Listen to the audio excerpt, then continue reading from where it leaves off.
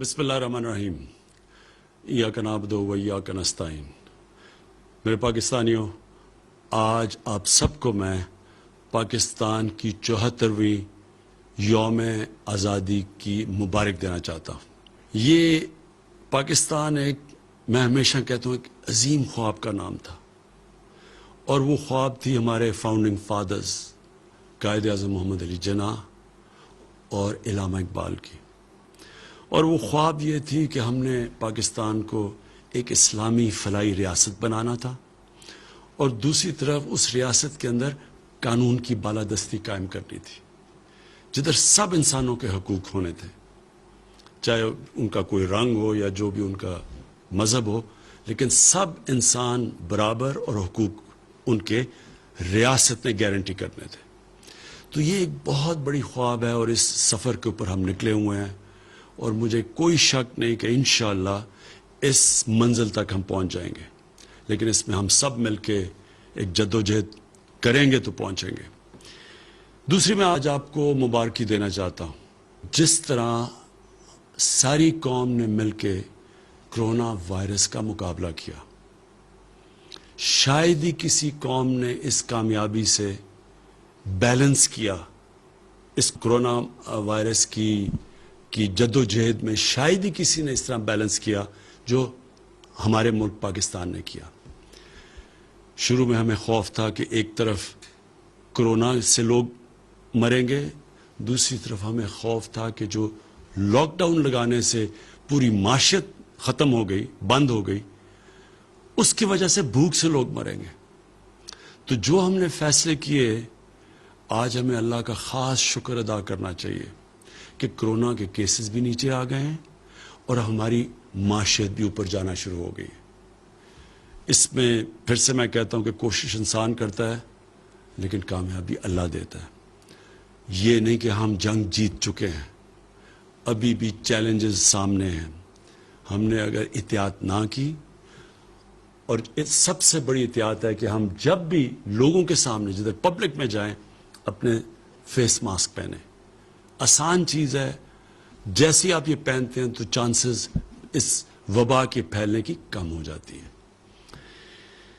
تیسری مبارک میں اپنی قوم کو دینا چاہتا ہوں کہ جس طرح 2 سال بڑے مشکل ہمارے 2 سال گزرے ہیں، اس کے بعد جس طرح ہماری معیشت اٹھنی شروع ہوئی ہے، بڑے جس طرح جب حکومت ملی تو ہمیں 2 سال پہلے تو بڑے مشکل حالات تھے، ہمارے پاس فورن ایکسچینج نہیں تھا، ہمارے ریزروز گر چکے تھے، ہم باہر کے پیسے نہیں دے سکتے تھے، جو قرضوں کی قسطیں دینی تھیں، جو ہماری لائبلٹیز تھیں، ہمارے پاس فورن ایکسچینج نہیں تھا، شروع میں ہم ڈیفالٹ بھی کر رہے تھے۔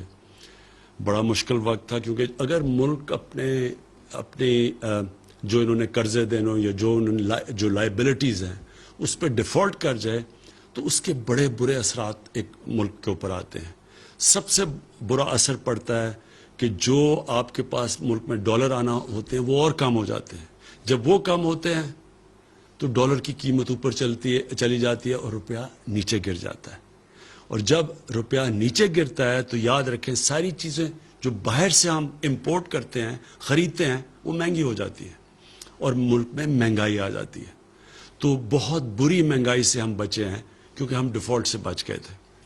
لیکن یہ نہیں کہ لوگوں کے حالات آسان تھے، میں سب جانتا ہوں کہ کس طرح لوگوں کے حالات مشکل تھے اور ابھی بھی ہیں، لیکن خوشخبری آپ سب کے لیے یہ ہے کہ حالات بہتر ہو رہے ہیں۔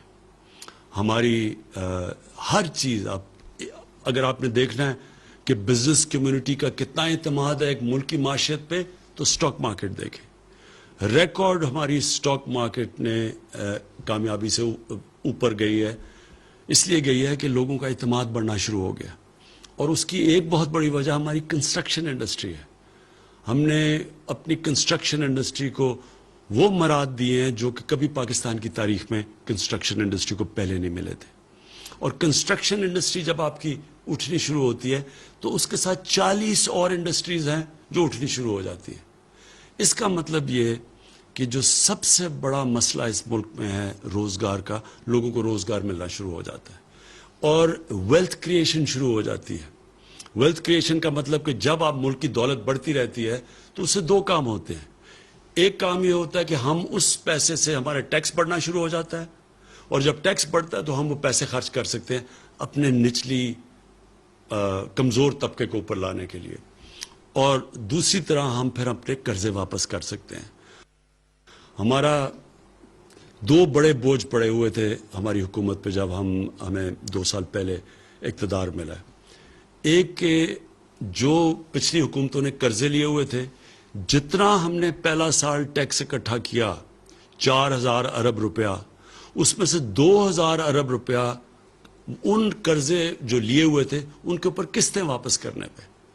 تو ملک کے پاس پیسہ آدھا رہ گیا ملک چلانے کے لیے, اور پھر مزید اور قرضے لینے پڑے ملک چلانے کے لیے. اور جو دوسرا بوجھ ہے وہ میں بعد میں بتاؤں گا, وہ پاور سیکٹر کا ہے. بجلی مہنگی بنا رہے ہیں, جو کانٹریکٹ سائن کیے ہوئے ہیں اس میں بجلی مہنگی بن رہی ہے, اور ہم اس ریٹ پہ پبلک کو بجلی بیچ نہیں سکتے کیونکہ آگے بہت مہنگی بجلی ہے.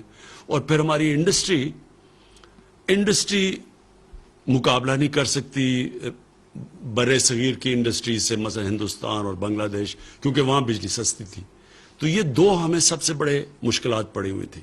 تو اس کے لیے جو ہماری معیشت تھی وہ اٹھ نہیں رہی تھی, کیونکہ ہم بیلنس کر رہے تھے, اپنے خرچے کم کر رہے تھے, آمدنی بڑھانے کی کوشش کر رہے تھے.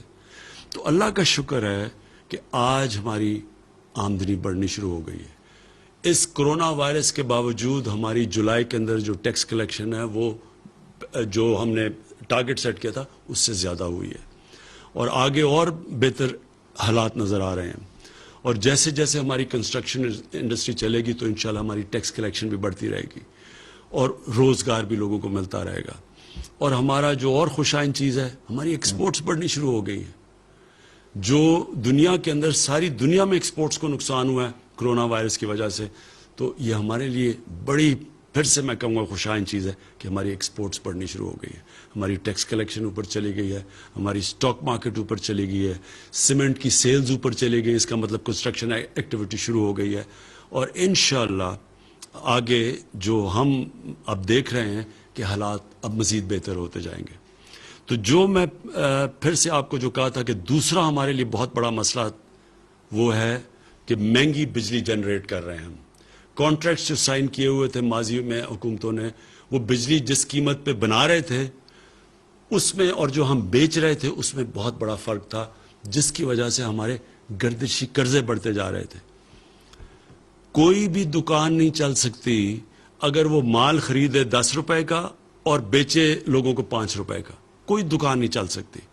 بجلی مہنگی خرید رہے ہیں اور جو بیچ رہے ہیں وہ ہم کم, کیونکہ آگے بجلی بہت مہنگی تھی. تو لہٰذا مذاکرات چل رہے تھے گورنمنٹ کے اور انڈیپینڈنٹ پاور پروڈیوسرز کے. تو میں جو چوتھی مبارک اپنی قوم کو دینا چاہتا ہوں کہ یہ طویل مذاکرات کے بعد ہماری کل اگریمنٹ ہو گئی ہے, ان سے معاہدہ ہو گیا.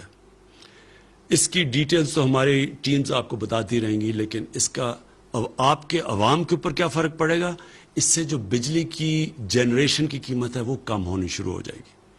اور جب وہ بجلی کی جنریشن کی قیمت کم ہوگی, یہ فائدہ ہماری انڈسٹری کو بھی ہوگا اور انشاءاللہ آنے والے دنوں میں عوام کو بھی ہوگا. دوسرا, اس کے دو پہلو ہیں. ایک تو ہم بجلی مہنگی بنا رہے ہیں اور بیچ کم رہے ہیں, تو وہ انشاءاللہ اس جنریشن کی قیمت کم ہوگی. دوسرا, آنے والے دنوں میں جو ہم بڑی دیر سے تیاری کر رہے ہیں اپنی ڈسٹریبیوشن نیٹ ورک کو ٹھیک کرنا. جو بجلی ہم جو ڈسٹریبیوشن جو لائنوں میں جاتی ہے اس میں سے بہت لائن لاسز ہیں, چوری ہے اور لائن لاسز ہیں. اس کو کم کرنے کے لیے آنے والے دنوں میں آپ کے سامنے آپ پورے وہ ریفارم پیکج لے کے آئیں گے کہ کیسے ہم یہ ڈسٹریبیوشن بجلی کا اس میں لائن لاسز کیسے کم کر سکتے ہیں, چوری کیسے کم کر سکتے ہیں. یہ پورا پیکج آپ کے سامنے لے کے آئیں گے. پھر سے اس کا نیٹ نتیجہ انشاءاللہ بجلی کی قیمت کم ہوگی. یہ سب سے بڑا بوجھ ہمارے اوپر قرضوں کے ملک کے قرضوں کے اوپر کا ایک بوجھ, اور دوسرا بوجھ یہ پڑا ہوا یہ جو مہنگی بجلی بنا رہے ہیں اور پھر ہم جو ڈسٹریبیوٹ کرتے ہیں اس میں نقصان بہت ہو رہا ہے. اس سے جو میں پاکستان دیکھ رہا ہوں کہ ایک انڈسٹریل پاکستان جو انڈسٹریل پاکستانی روزگار دے سکے گا لوگوں کو، انشاءاللہ اس ڈائریکشن کے اوپر ہم نکل جائیں گے۔ آخر میں پاکستان کی طرف سے مقبوضہ کشمیر میں جو ہمارے بھائی اور بہنیں ہیں، جو ہمارے بچے ہیں، ہم سب کو آج پاکستان کی طرف سے میں ان سب کو آج پیغام دینا چاہتا ہوں کہ سارا ملک آپ کے سامنے کھڑا ہے۔ سارے ملک کو احساس ہے کہ کس قسم کے ظلم کا آپ سامنا کر رہے ہیں، کس قسم کی مشکلات آپ کے اوپر ڈلی ہوئی ہیں۔ ہم پوری جدوجہد کرتے رہیں گے، پولیٹیکل، مورل، ڈپلومیٹک، پوری آپ کے ساتھ، آپ کے لیے جدوجہد بھی کریں گے، آپ کے ساتھ بھی کھڑے ہیں، اور اللہ سے بھی دعا کریں گے کہ اللہ آپ کو آزاد کرے، اللہ آپ کو وہ حق دے جو آپ کو 70 سال پہلے یونائٹڈ نیشنز کی سیکیورٹی کونسل نے آپ سے وعدہ کیا گیا تھا، یو این کی ریزولوشنز میں جو آپ کو حق ملنا چاہیے تھا کہ آپ نے اپنے مستقبل کا فیصلہ کرنا تھا۔ ہم جدوجہد بھی کریں گے، ہم آپ کے لیے دعا بھی کریں گے۔ پاکستان پائندہ باد۔